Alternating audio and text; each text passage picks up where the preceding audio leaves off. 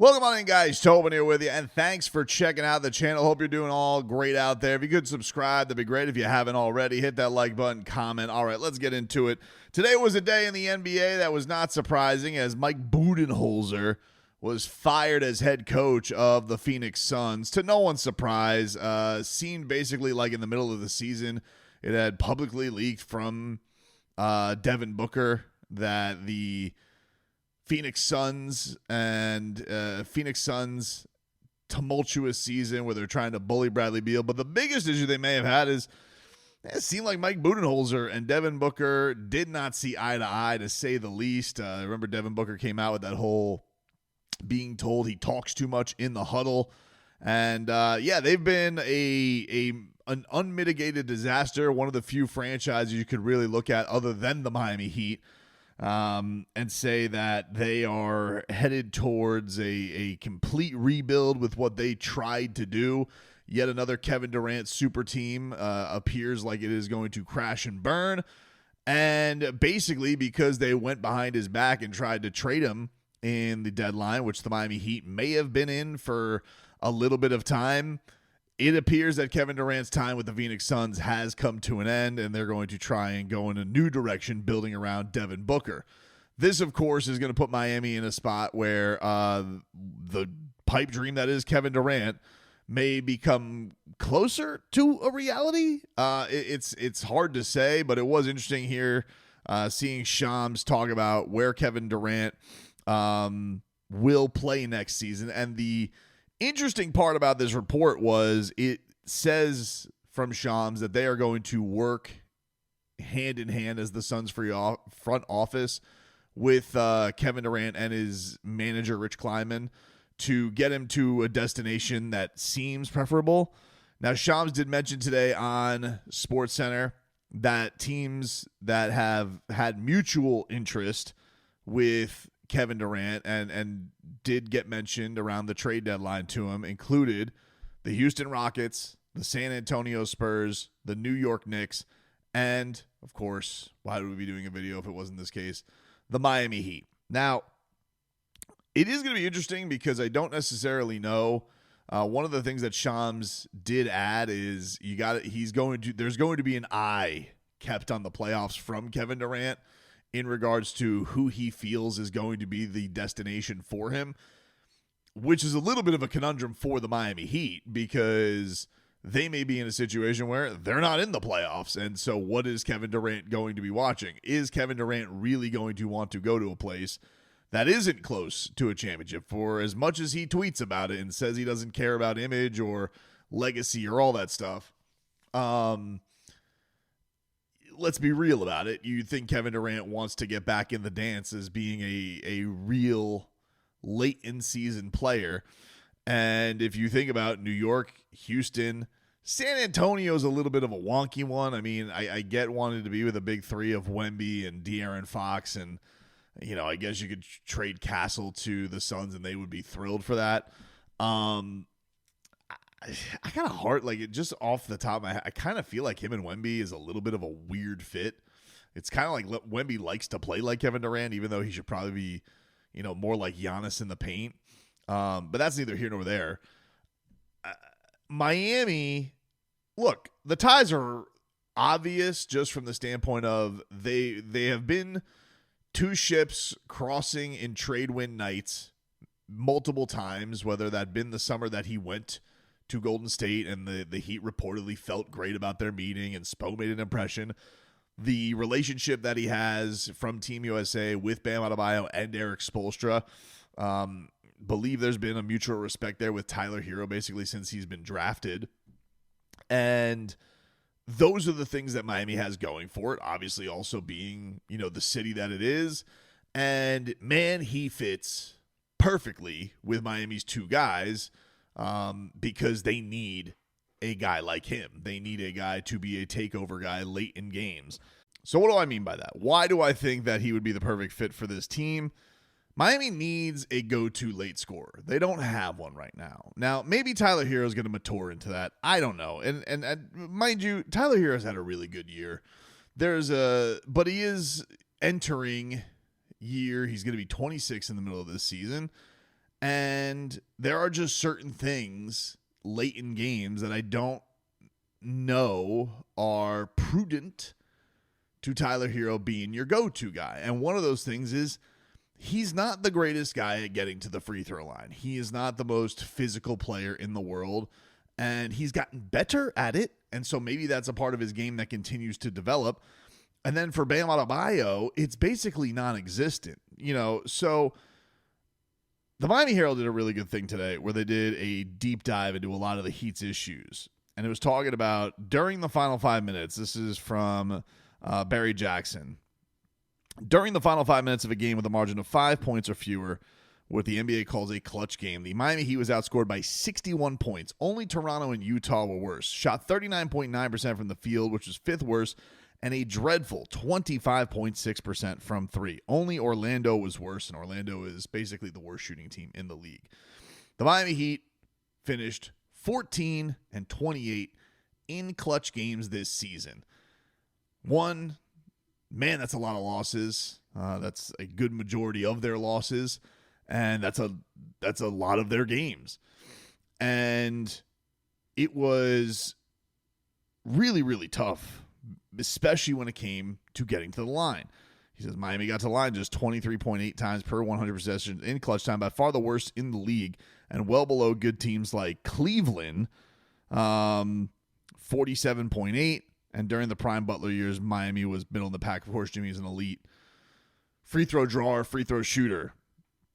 And there's a lot of other stuff that Barry jumps into. But here's the thing that's actually crazy about it. If you go to the NBA for this season, all right, and you look up clutch minutes this year in the NBA, your two leaders in total minutes in the clutch, Bam Adebayo, Tyler Hero.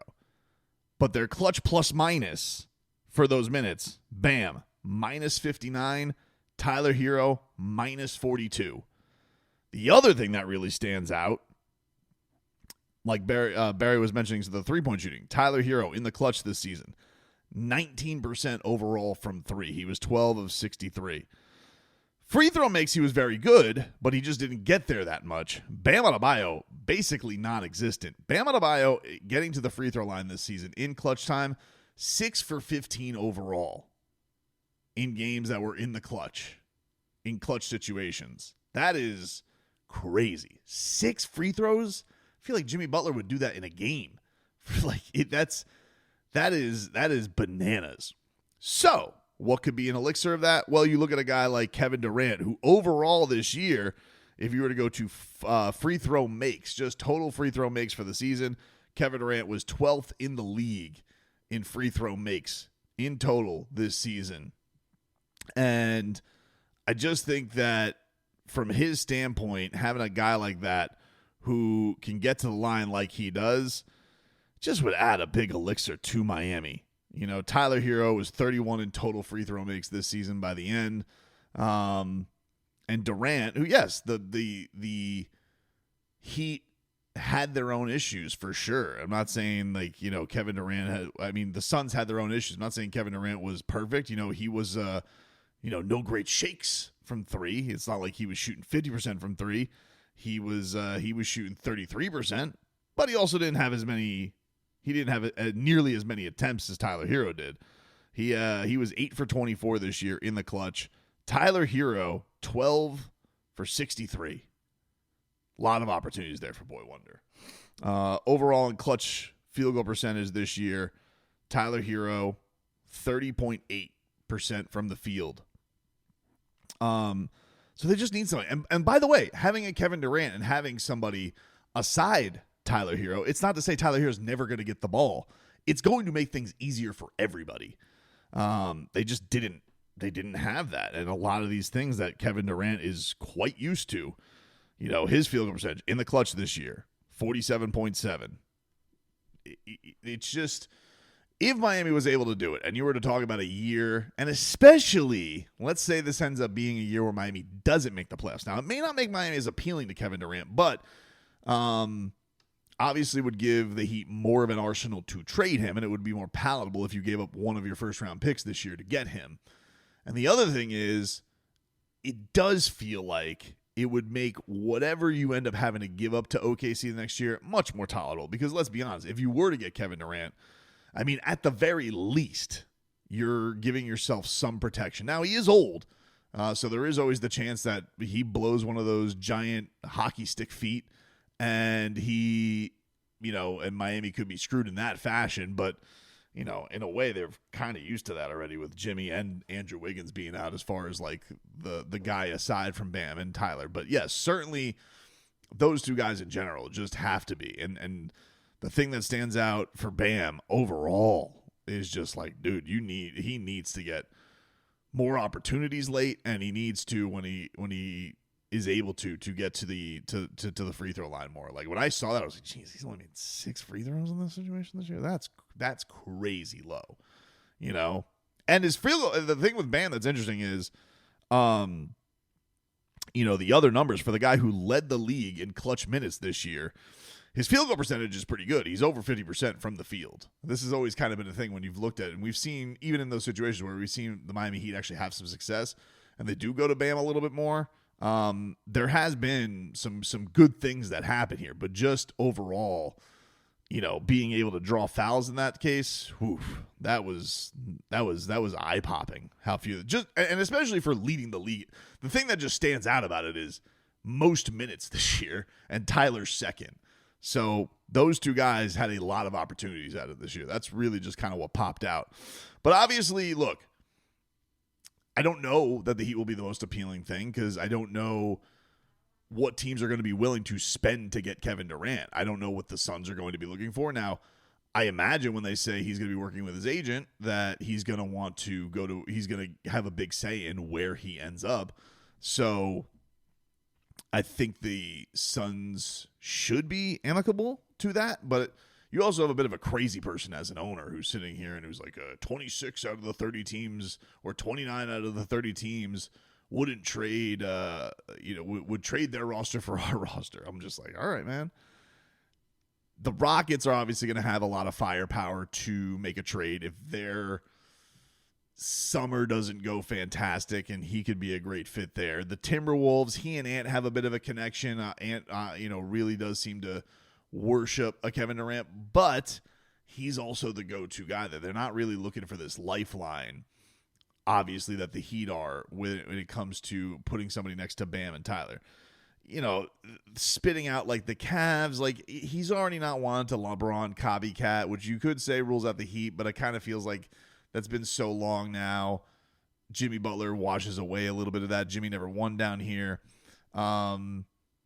Is Garland enough of like a piece that would entice them to make the deal? I don't know, but he feels like the obvious guy because they're not going to trade Spider. They're not going to trade Mobley.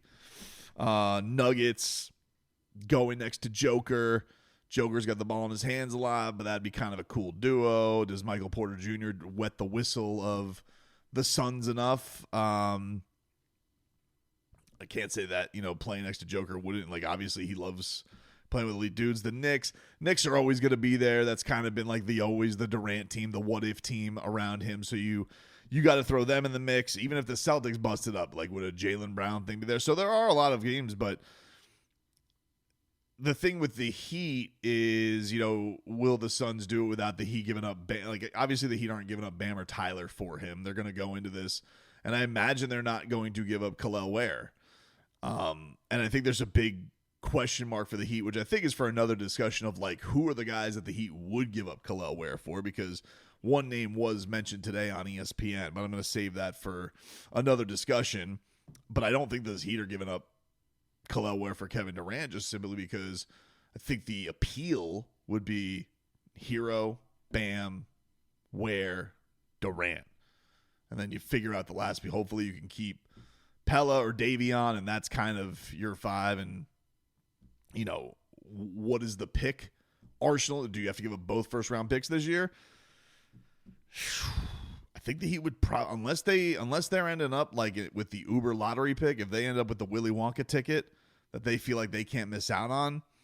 But if it's 11 and 18, would the Heat do that for Kevin Durant? Yeah, I kind of feel like they would, just because knowing what their situation's going to be like next year. Now, is there somebody else they could get out there for less that they feel like would be just as equal? Pelicans today fired David Griffin, so the Zion thing's going to be out there. Who knows where we're going to be at with the Ja Morant thing and their whole summer and all the stuff that they go through. Denver obviously had a very tumultuous end of the season. What's going to be there for them to give up? But it is going to be an interesting time in the East because only one of those teams is coming out between most likely Cleveland, Boston, New York. Whichever one doesn't feels like they're going to make a move. And even if they don't, Boston, because of the salary and the new ownership, probably is going to make some moves. Now, will they keep their two guys? I imagine that's going to be the goal, unless Jaylen Brown's been dealing with a knee. Do they put the bat signal out to move him all of a sudden because they'll never give up precious sweet baby Jason Tatum. That'll never happen. And then, would Kevin Durant be interested in somebody like the Pistons or Orlando being their go-to guy, or adding somebody next to Cade Cunningham or Paolo Banchero? They obviously need help offensively. They stink offensively, and they have very talented players, but they need some juice there as well. Does the Warriors thing creep back up, and he's more amicable to it if the Jimmy thing burns out and Jimmy gets to go to Phoenix where he wanted to go the whole time? So I do think that the Heat are going to have I do think that there's a lot of teams that do make sense for Kevin Durant. The question is if, as far as the mutual interest teams, Houston, New York, Miami, San Antonio. All right, San Antonio is the furthest away, but they got the most intriguing prospect. New York, he's been there. He kind of snubbed New York before, snubbed James Dolan. We know that a lot of his stuff is based out of New York, so you can't rule it out. What's the mechanism to get that done? So I definitely see why that's the interest there for sure. Houston, just being all the firepower that they have and just being the alpha that they bring in to add to the young core with Amen Thompson and do they have to go Şengün, Jalen Green? Who's the piece that they Jabari? Who's the guy that they end up having to give up to get him? I don't know. But that one also makes a lot of sense. And then you have Miami, who's not going to probably go very far in this playoff race. And the thing that they have that is all right, relationship with the coach, relationship with the star, have flirted before, have had mutual interest before. Do they have enough to give up for Houston to want, or for Phoenix to want to give them up? Those are interesting questions. These are very interesting questions, but you realize the struggles that Miami had late in games and what an elixir he would be. Yeah, it does make a lot of sense. Now, clearly, the age thing is a question, and what you give up for that age is a question. But it's going to be one of the biggest things out there just because, this is one of the all-time greats, right? This is one of the absolute legends of the game. Not perfect. Not a guy who's been the biggest needle mover in the world since he's left Golden State. Quibbles a lot on social media. I don't want to hear any of this, he's not Heat culture or anything like that. No, that's ridiculous. I think that the Heat will definitely explore it. It's just I don't know what the palette is as far as what do you put the chips in for a 37-year-old legend, and then what's his appetite to come to Miami if Miami doesn't seem like they're that close? Because the one thing with Kevin Durant is you see all the people talking about, you're one of the best scorers in the league, but nobody really is putting him in those conversations anymore of MVP or any of that stuff. LeBron has gotten to revitalize himself with super wingmen, and it's gotten good. And it's had Anthony Davis, and it's had Luka Doncic, and all that stuff. Durant, it hasn't. Even Steph's won since he's left. So I don't think it's a slam dunk by any means that Miami is going to be the pick or going to be the team that is the favorite for him. I actually think there's a lot of reasons on both sides why they would be hesitant, because even from Miami's standpoint, right? Does Miami feel like that's the move of bringing a 37-year-old in with Bam, with Tyler? Bam's going to be 28. Tyler's going to be 26. And is that the move of hey, can you win within the next 2 years of Kevin Durant? And then maybe, and then what do what kind of contract extension does he want as the golden parachute? Are the Heat into that? And then not only on top of that, but if you don't get it done, if it does get sour, then what's the next move after that? Is it Tankville, or do you have to wait till you're past the Charlotte pick to happen, because that one's going to be out there as unprotected too, assuming the Heat don't make the playoffs. So to me, there's a lot of interesting and intriguing guys that are out there.